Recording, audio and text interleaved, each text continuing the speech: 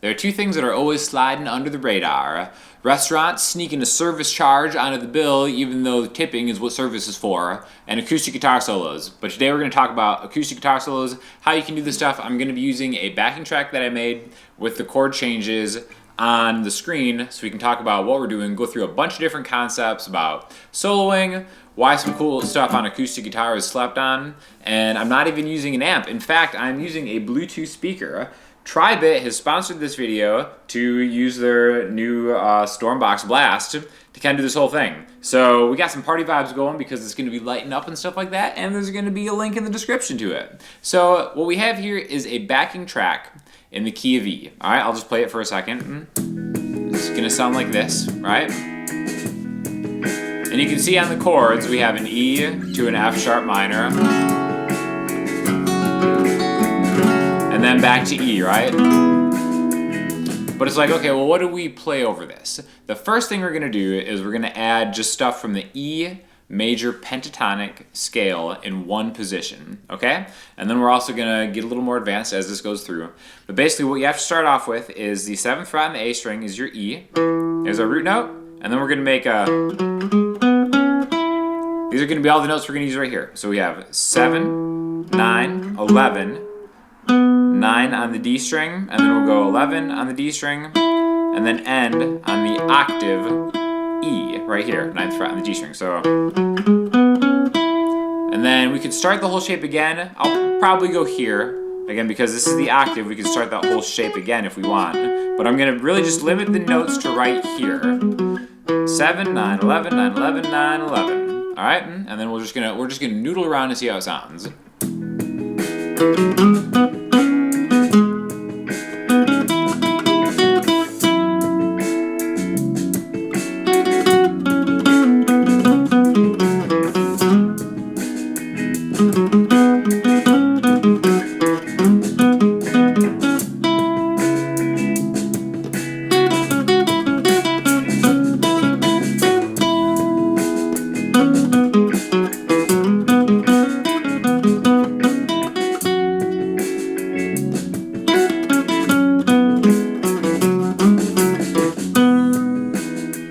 Now what you may notice is it sounds good, it sounds together, right? Maybe a little limited because I'm kind of stuck in this box. But you'll notice that where you land actually kind of has some value, right?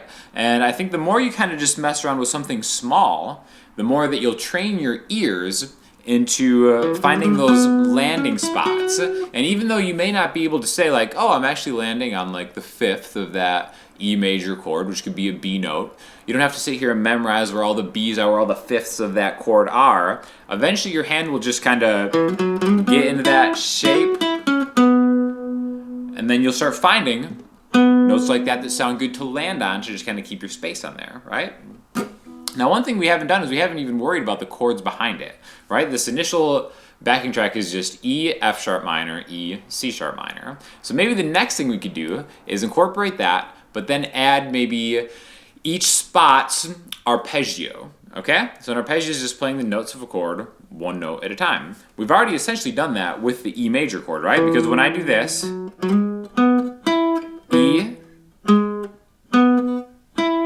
E, G sharp, B, and E, those are the notes that make up an E major chord, right? There's a couple different ways we could do this. Maybe you've seen like an open position where it's like open, 4, 2, like that. That could be a great way to kind of just do an E major chord. We could do the same repeating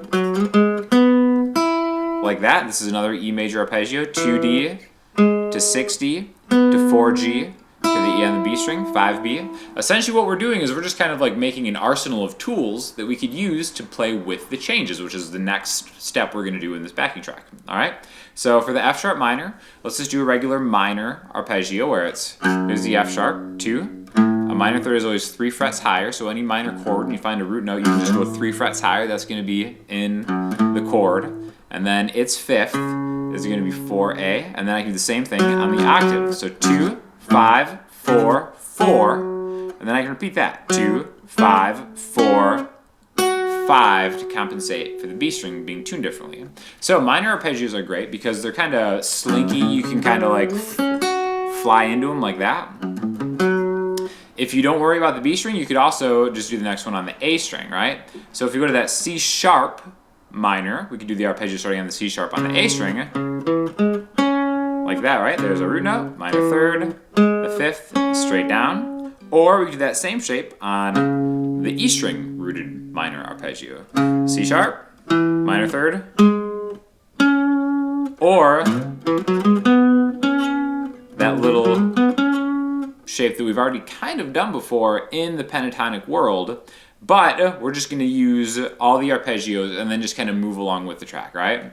So we've got E,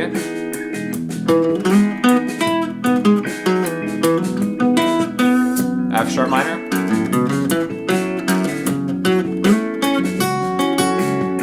E,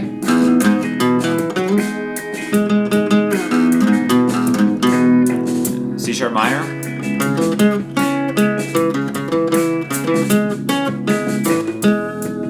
so it's a way to kind of move around a little bit, but when you're limited to just these root position things, you can kind of hear, you can hear the solo almost just moving with the chord, and it's not as fluid. So that's why you want to start combining some of these, right? And I do want to just take a second to talk about how easy this was to set up. I was like, okay, anything with Bluetooth, I'm always like, is this going to work right? This actually has connected to both my laptop and my phone at the same time, and it seamlessly goes back and forth.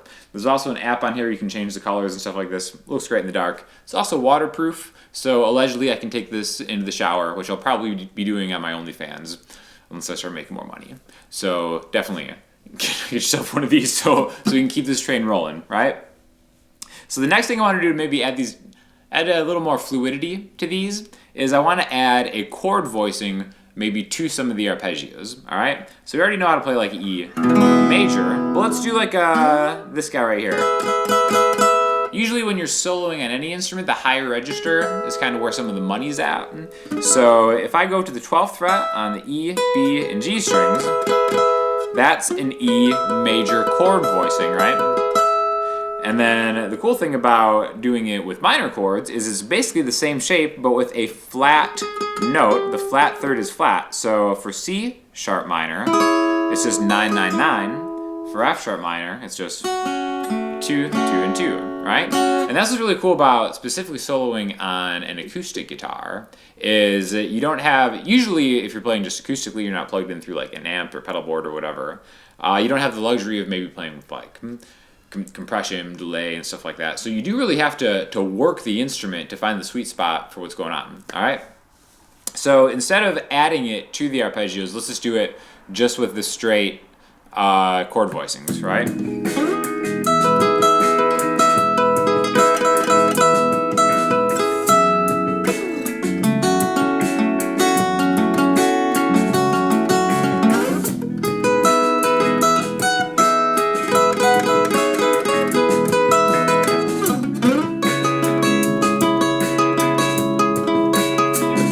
Then maybe I'll add, see how I walked up into that?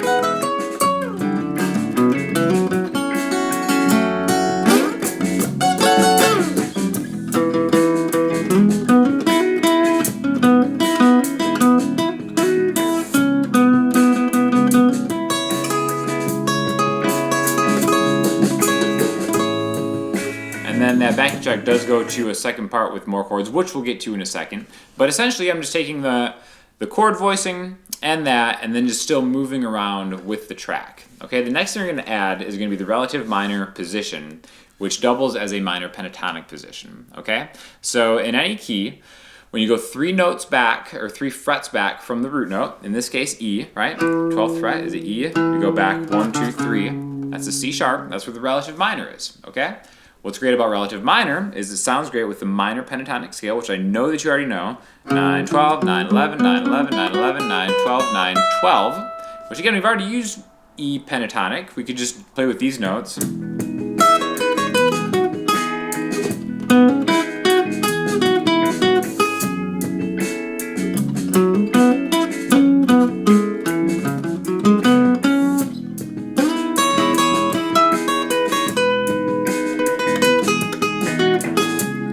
Keep landing right there on that note.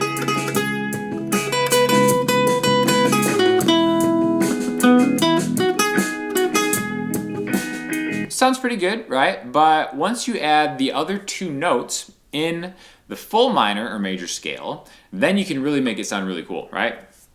So instead of just taking it from the pentatonic scale, let's do the full relative minor scale position, E major scale. It's really easy. It's just 9, 11, 12, 9, 11, 12, 9, 11, 13, 9, 11, 9, 10, 12, 9, 11, 12.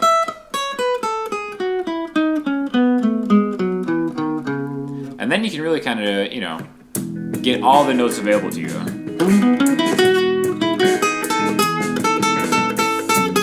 See, that's so good right there. We missed that with pentatonic.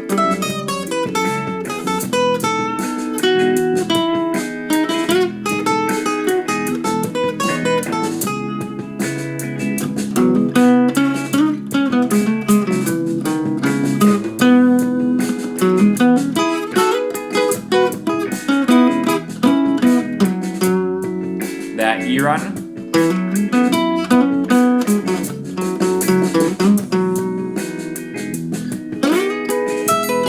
The chord voicing.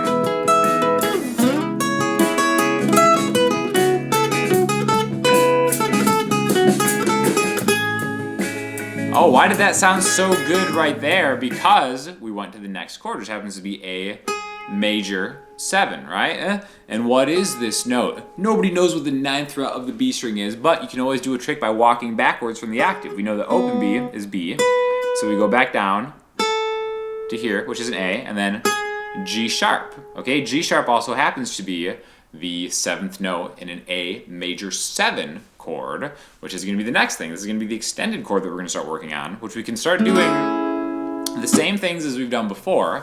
In fact, I did a lesson on this on just arpeggios and stuff and how you can solo using arpeggios. And I think A major is a great way to start learning it because we're still in the same key, but we're kind of changing the vibe a little bit. Just like this Stormbox changes the vibe of the party because those LED lights just start just going. Also, allegedly this battery lasts for 30 hours. That's pretty crazy. Insane. Great value. Thank you to TriBit for sponsoring this video. So this is the A major 7 chord voicing that I really like visually because we just take a root note, A, the 7th fret on the D string, and then we just staircase it up. Alright, so 7D, 6G, 5B, 4E. Okay? Now that's going to give you all the notes in this chord, which some of them might not be in like the pentatonic scale, but we're really just taking all the notes in the key of E, this being the 4 chord in the key of E. E, F sharp, G sharp, A, right? So I just went through the scale and it's the 4th one, right? So what I really like about this is that A to the major 7, which is just 5 to 4. So when we get to that A major 7 part, we can start working on that. So it's going to be coming soon in the backing track after the C sharp minor.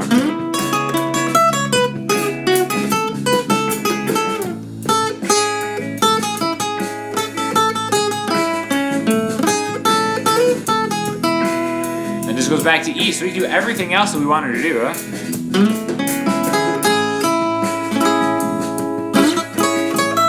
The pentatonic.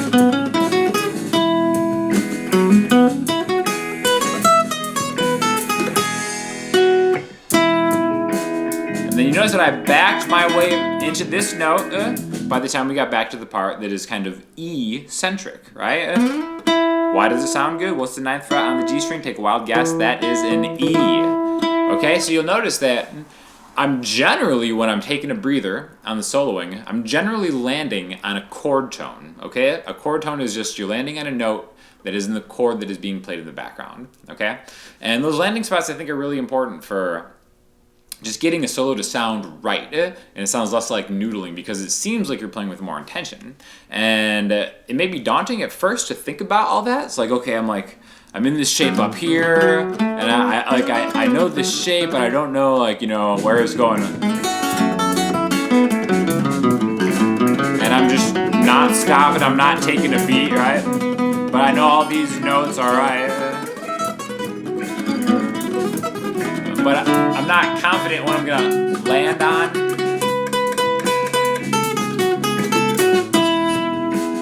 right? So that's why if you slow down, it's like, oh, this spot, when I'm there, it feels right. Well, usually, most of the time I'll say that's either the root note, chord tone that you're landing on, or the fifth. The root and the fifth I find always just have like that just solid connection where you're like just like really just getting in there with that chord, okay? So I really do think that you'll learn this stuff faster just by playing around and taking your time and slowing down and feeling it rather than memorizing all the notes all over the fretboard, right? But that's what's really great about using arpeggios in chords, is because it helps you to really spell out the chords in a musical way that your fingers and your ears are making a connection with. I mean, you just saw me try to like name the notes in the key of E, right? And I'm like E, F sharp, G sharp, A. And it's like my fingers know the notes way better than like my conscious brain can name them while I'm doing it, right? And I think that really just comes from noodling around. That's why I think it's super, like it really is important to have some kind of way of amplification of playing with something, whether it's a Bluetooth speaker or potentially even like another human being. But the cool thing is you have some fire backing tracks from your boy, which I will link in the description as well. And I also think it's important for a backing track to have the chord on it so you can follow along and just kind of see what's going on, and then train your brain to even have like a visual companion, because everybody learns differently. Some people it's just ears only, some people it's like really thinking of the notes, some people it's seeing it, but really being able to tie them all together I think is super, super important. All right, so as you can see, it's not just one thing, it's a combination of a few things: scales, arpeggios, and chords, just to make it fluid, and eventually you're just gonna get there. So get yourself a speaker. Thank you to TribeBit for checking this out. I'm just gonna solo it out, and feel free to hit me up in the comments section, Instagram, or the website. I'll talk to you all soon.